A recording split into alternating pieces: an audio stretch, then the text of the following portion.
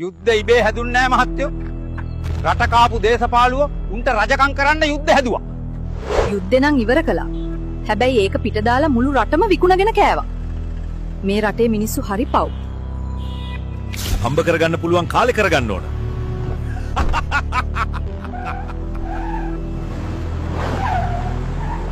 මුන් අපේ රීරි මාංශ ටිකක් හූරගෙන කෑවා. කවදද දෙයියනේ මුන්ට මේ කරපු අපරාධ වලට දඩුවම් හම්බෙන්නේ. මේ මිනිස්සු දුක් විඳ ඇති. අපිට පුළුවන් මේක නවත්වන්න.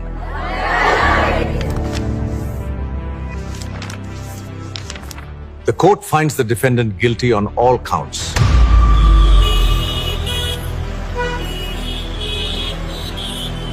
මේවනම් පැහැදිලිවම දේශපාලන පරිගැන. අල්ලද්දි කෙදිරි ගන්න නම් එපා මහත්තයෝ.